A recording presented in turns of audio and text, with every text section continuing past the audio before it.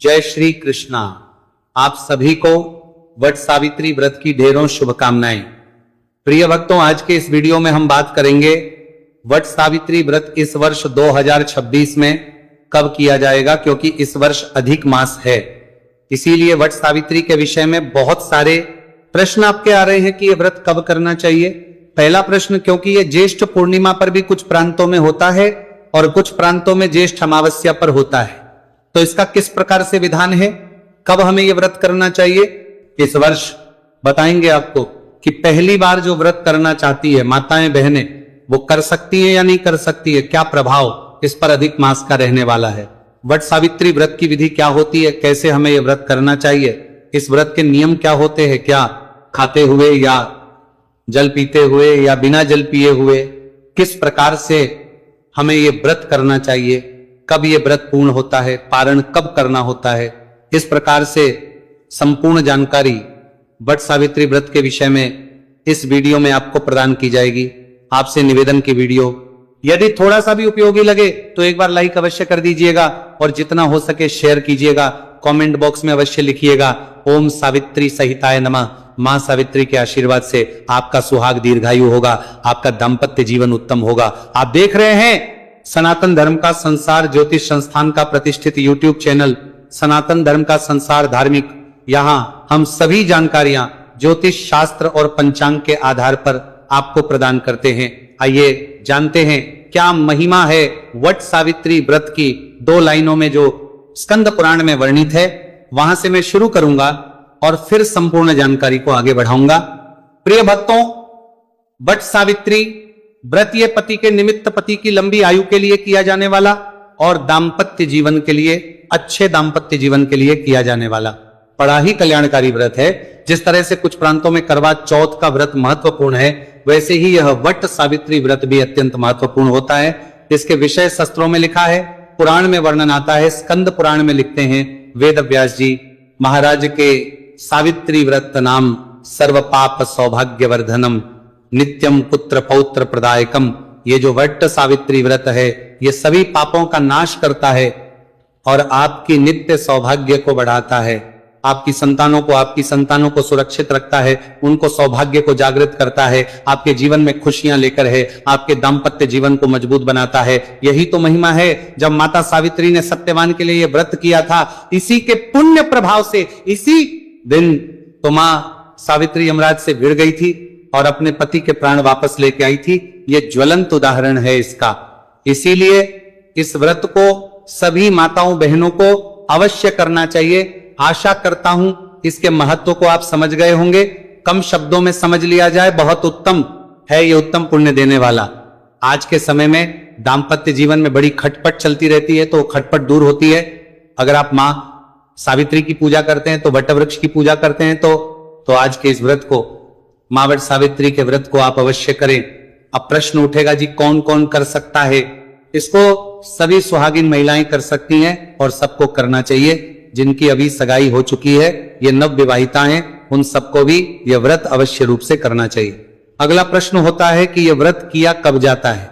प्रिय भक्तों, यह व्रत किया जाता है ज्येष्ठ मास की अमावस्या पर। उत्तर भारत ये व्रत ज्येष्ठ अमावस्या पर किया जाता है। वहीं दक्षिण भारत की बात करें, हम कहें कि गुजरात, महाराष्ट्र आदि प्रदेशों की बात करें, तो यह ज्येष्ठ मास की पूर्णिमा पर किया जाता है। इस वर्ष यह कब किया जाएगा? क्योंकि अधिक मास है, तो इसीलिए ज्येष्ठ में इस बार 2 अमावस्या और 2 पूर्णिमा आने वाली है। तो अधिक पूर्णिमा अधिक अमावस्या पर करना है या शुद्ध ज्येष्ठ की अमावस्या पूर्णिमा पर करना है, इसके विषय में जानकारी मैं आगे प्रदान करूंगा। पहले बता दूं कि ये व्रत किया कैसे जाता है। प्रिय भक्तों, यह है, इसको करने की विधि है, निर्जल प्रातः काल उठ के स्नान आदि करें। गंगा जल युक्त जल से आप स्नान करें, बहुत उत्तम है। मां गंगे का स्मरण करते हुए आप स्नान कीजिए। स्नान आदि करके स्वच्छ वस्त्र धारण कीजिए। वस्त्र के विषय में विशेष सवाल आता है कि क्या नए वस्त्र पहनना ही आवश्यक है क्या? देखिए, ये आपकी क्षमता पर है। अगर आप नए वस्त्र ला सकते हैं, बहुत उत्तम है। अगर नहीं ला सकते तो कोई बात नहीं, आप पुराने पहने, लेकिन स्वच्छ वस्त्र, धुले हुए साफ वस्त्र होने चाहिए और उनका रंग जो सुहाग के हो, लाल रंग का हो तो सर्वोत्तम कहा गया है। लाल रंग पहने सुहाग की जितनी भी निशानियां कही गई हैं उन सबको आपको आज धारण करना चाहिए। मंगलसूत्र पहनना चाहिए, मांग में सिंदूर लगाना चाहिए, बिंदी, चुटकी आदि सभी पहनने चाहिए।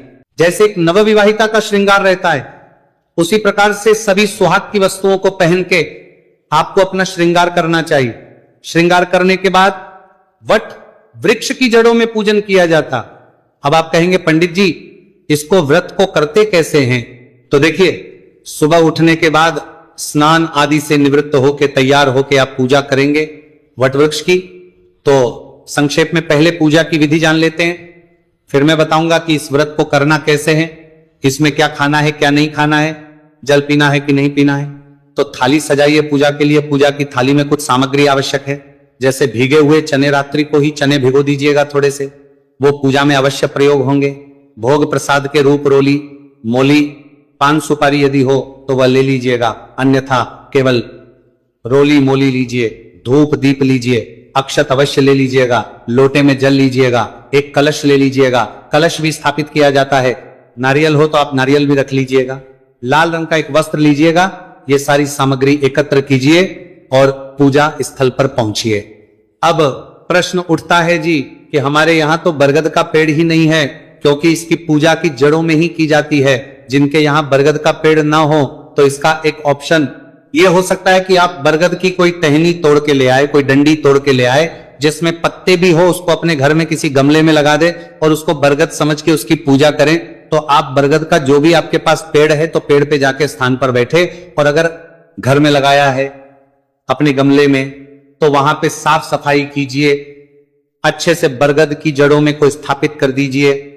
कलश के नीचे थोड़े से गेहूं के दाने रख दीजिएगा, या बाजरा है तो बाजरा, अगर चावल है तो थोड़े से चावल रख दीजिए, उसके ऊपर कलश को विराजमान कीजिए। कलश पर पूर्ण पात्र रखिए और उसके ऊपर नारियल को रख दीजिए। अगर लाल वस्त्र लाए हैं तो वो उस पर लपेट दीजिए। इसके बाद आप वटवृक्ष जो है ना उनको 4 बार जल देंगे। 4 बार जल देने का जो मंत्र है वो मैं आपको बता रहा हूं, जल कैसे देना है। देखिए, सबसे पहले फिर अर्घ्य, फिर आचमनी और तदोपरांत स्नान, इसीलिए 4 बार जल दिया जाना चाहिए। मंत्र में बता देता हूं, 4 बार के मंत्र रहेंगे। पहले जल अर्पित कीजिए, ओम वटदेवाय रूपाय नमः। दूसरी बार जल देंगे तो बोलिएगा ओम ब्रह्म रूपाय नमः। तीसरी बार जल दीजिए ओम सावित्री सहिताय नमः और ओम सावित्री देवाय सहिताय नमः। चौथी बार ये बोलते हुए जल अर्पित कर दीजिए। इस प्रकार 4 बार आपने जल अर्पित करना है।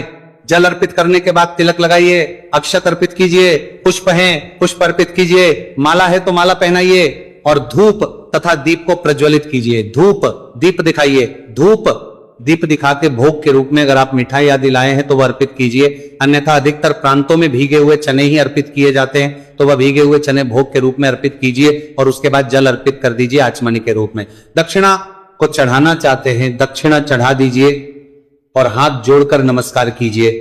फिर आप उसकी परिक्रमा करेंगे वटवृक्ष की। कच्चा सूत अगर आपके पास है तो कच्चा सूत लीजिए, अन्यथा आप मौली ले सकते हैं। वह प्रत्येक परिक्रमा पर लपेटते जाइएगा, लपेटते जाइएगा। परिक्रमा आप 5 कर सकते हैं, 11 कर सकते हैं, 21 कर सकते हैं, 51 कर सकते हैं, 108 कर सकते हैं। आपकी अपनी पर है, जितना आप कर पाए उतनी कीजिए। गर्मी का समय है तो आपकी जैसी सामर्थ्य है उसके अनुसार परिक्रमा कीजिए। परिक्रमा करने के बाद हाथ जोड़ के नमस्कार कीजिए और वट वृक्ष के नीचे बैठकर ही वट सावित्री व्रत कथा सुनिए या पढ़िए। आपके पास कथा नहीं है तो आपके लिए हम प्रत्येक वट सावित्री व्रत पर कथा अपलोड करते हैं, जो पुराणों में वर्णित कथा होती है। आप जानते हैं कि हमारी 4 पीढ़ियां पांडित कर्म में बीती है, तो हमारे पास वो सभी है जो उस विशेष रूप से व्रत आदि के लिए बनी है।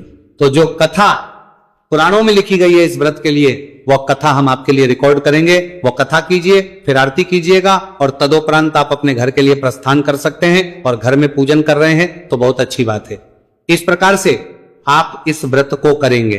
अब क्योंकि व्रत कर रहे हैं तो आपको संकल्प अवश्य लेना चाहिए। संकल्प आप सुबह सुबह उठ के अपने घर के मंदिर के सामने भी ले सकते हैं, और आप चाहे तो जब वट सावित्री का पूजन कर रहे हैं वहां पर भी बैठने के बाद पहले संकल्प करें, फिर पूजन करें। करने के लिए अपने सीधे हाथ पे थोड़ा सा जल लीजिए, अक्षत लीजिए, पुष्प लीजिए और दक्षिणा के रूप में 1 रुपए का सिक्का कम से कम रख सकते हैं, अधिक जो रखना चाहे रख सकते हैं। 3 बार बोलिएगा ओम श्री विष्णु ओम श्री विष्णु, ओम श्री विष्णु। अपना नाम, अपना गोत्र, जिस स्थान पर बैठकर संकल्प कर रहे हैं वहां का मकान नंबर, क्षेत्र का नाम, शहर का नाम, ज्येष्ठमा, श्री कृष्ण पक्षी, अमावस्या, याम, पुण्यतिथि, वायु और योग्यता प्राप्त अर्थात सुखी दाम्पत्य जीवन प्राप्त अर्थात वट सावित्री, श्री विष्णु और वह संकल्प महासावित्री के चरणों में अर्पित कर दीजिए, वट के चरणों में अर्पित कर दीजिए। अन्यथा आप घर पर हैं तो भगवान की जो भी तस्वीर प्रतिमा है नारायण जी की, उनके सामने वह संकल्प अर्पित कर दीजिए। हाथ जोड़कर नमस्कार कीजिए कि हे मां सावित्री, मैं आज आपके निमित्त यह व्रत कर रही हूं, मेरे सुहाग की सदा रक्षा करना और मेरा दाम्पत्य जीवन सदा खुशियों से भरा रहे। इस प्रकार से आपने संकल्प करना है। पूजा की विधि मैंने बता दी है, ऐसे पूजन कर लीजिएगा। जल की बात करते हैं, देखिए आप इसको निर्जला कर सकती है। अगर आपका शरीर साथ देता है, सामर्थ्य है, तो पूरा दिन निर्जल रहिए। अगले दिन आप जल का पान करेंगे। दूसरा, सजला कर सकते हैं। जब तक आप पूजा नहीं करती तब तक बिना जल पिए रहिए, उसके बाद जल पी लीजिए। आप इसका फल आहारी भी कर सकते हैं कि आप फल आहार कर लें, और अगर आप निर्जल कर रही है तो फिर तो फल आहार होगा ही नहीं और अगले दिन का पारण किया जाता है। ये विधि है, इस व्रत को करने की नियम भी इसी में आ गए हैं कि कैसे हमें करना चाहिए। अब एक बड़ा सवाल यह है कि इस वर्ष क्योंकि अधिक मास है, तो क्या हमें वट सावित्री व्रत जो हमारी माताएं बहनें शुरू करना चाहती हैं उनको करना चाहिए शुरू या नहीं करना चाहिए? देखिए, यूं तो ये अधिक मास से पहले व्रत आ रहा है, परंतु इसका पारण कब होगा? इसका पारण अधिक मास में प्रतिपदा को ही होगा, अधिक ज्येष्ठ शुक्ल प्रतिपदा को इसका पारण होगा। इसीलिए जो भी माताएं बहनें पहली बार व्रत करना चाहती हैं वो व्रत ना करें तो उत्तम रहेगा, क्योंकि जो अधिक मास होता है तो उसमें कोई भी नया व्रत ना शुरू किया जाता है, ना ही उद्यापन किया जाता है। तो आप अगले वर्ष से इस व्रत को उठाइएगा। आप पूजा कर सकते हैं, मां सावित्री की कथा सुन सकते हैं, व्रत ना कीजिएगा। यहां आपके प्रश्न आते हैं कि चाय पी सकते हैं क्या? अगर आप निर्जल व्रत कर रहे हैं तो आपको नहीं पीनी चाहिए। सजला रहे हैं, फलाहार करते हुए कर रहे हैं तो पी सकते हैं, परंतु मूलतः हमें सदा इसके त्याग के पक्ष में ही हूं, क्योंकि शास्त्र कहते हैं कि हमें व्यसन युक्त कोई भी वस्तु व्रत में नहीं ग्रहण करनी चाहिए। और अगर आप शास्त्रीय विधान के अनुसार देखें तो चाय जो है एक प्रकार के नशीले पदार्थ में ही आती है, तो आप अगर चाय का सेवन ना करें तो सबसे उत्तम रहेगा। अब बात करते हैं कि यह वट सावित्र व्रत इस वर्ष 2026 में किया कब जाएगा। तो प्रिय भक्तों, जैसा कि मैंने बताया, वट सावित्री व्रत ज्येष्ठ मास शुद्ध ज्येष्ठ अमावस्या को किया जाता है। उत्तर भारत में जिस दिन अमावस्या सूर्य के मुख से होती है उस दिन हमें वट सावित्री व्रत करना चाहिए, और इसमें भी दोपहर के समय का बड़ा महत्व है, क्योंकि दोपहर का ही वो समय है जब मां सावित्री अपने पति सत्यवान के प्राण और यमराज से लेके आई थी, और इसीलिए उसी समय का रूप से विधान कहा गया है। तो इस नियम को ध्यान में रखते हुए, क्योंकि अमावस्या तिथि की शुरुआत हो रही है 16 तारीख की सुबह, सूर्योदय से पहले ही लगभग 5 बजे अमावस्या शुरू हो जाएगी 16 तारीख को, और 16 तारीख के रात्रि को 12 बजे के बाद जब 1:30 होगा, 17 तारीख लग गई होगी, तब यह समाप्त होगी। तो 16 तारीख को पूरा दिन अमावस्या है, सूर्य के मुखद्वार है, आत्मा से भी अमावस्या है, तो 16 मई को है वट सावित्री व्रत किया जाएगा। जो ज्येष्ठ अमावस्या पर व्रत करते हैं उनके लिए, और गुजरात, महाराष्ट्र आदि जो प्रदेश है वहां पर, क्योंकि ये व्रत जो है वो ज्येष्ठ पूर्णिमा को किया जाता है, तो इसके लिए इस वर्ष उनको प्रतीक्षा करनी पड़ेगी, क्योंकि बीच में पूरा 1 महीने का अधिक मास आएगा, उसमें वट सावित्री व्रत नहीं होगा। शुद्ध ज्येष्ठ पूर्णिमा जब आएगी जून 29 को, तब आप इस व्रत को करेंगे। 29 जून को कुछ प्रांतों में यह जो व्रत है, यह व्रत 3 दिन तक चलता है, तो वह 3 दिन तक चलने वाला जो व्रत है वो आरंभ होगा 27 जून को। तो 27, 28 और 29, इस प्रकार से इन 3 दिनों में इस व्रत को भी विधि अनुसार किया जाएगा, जहां पर 3 दिन के लिए नियम पालन किए जाते हैं। उन प्रदेशों में अमावस्या 16 तारीख के पूजन मुहूर्त की बात कर लेता हूं।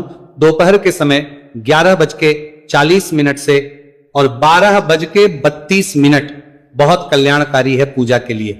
इसमें पूजन करें, बहुत उत्तम रहेगा। कथा सुनना ना भूलिएगा। चैनल पर नए हैं तो सब्सक्राइब कीजिएगा, मां सावित्री सब पर कृपा कर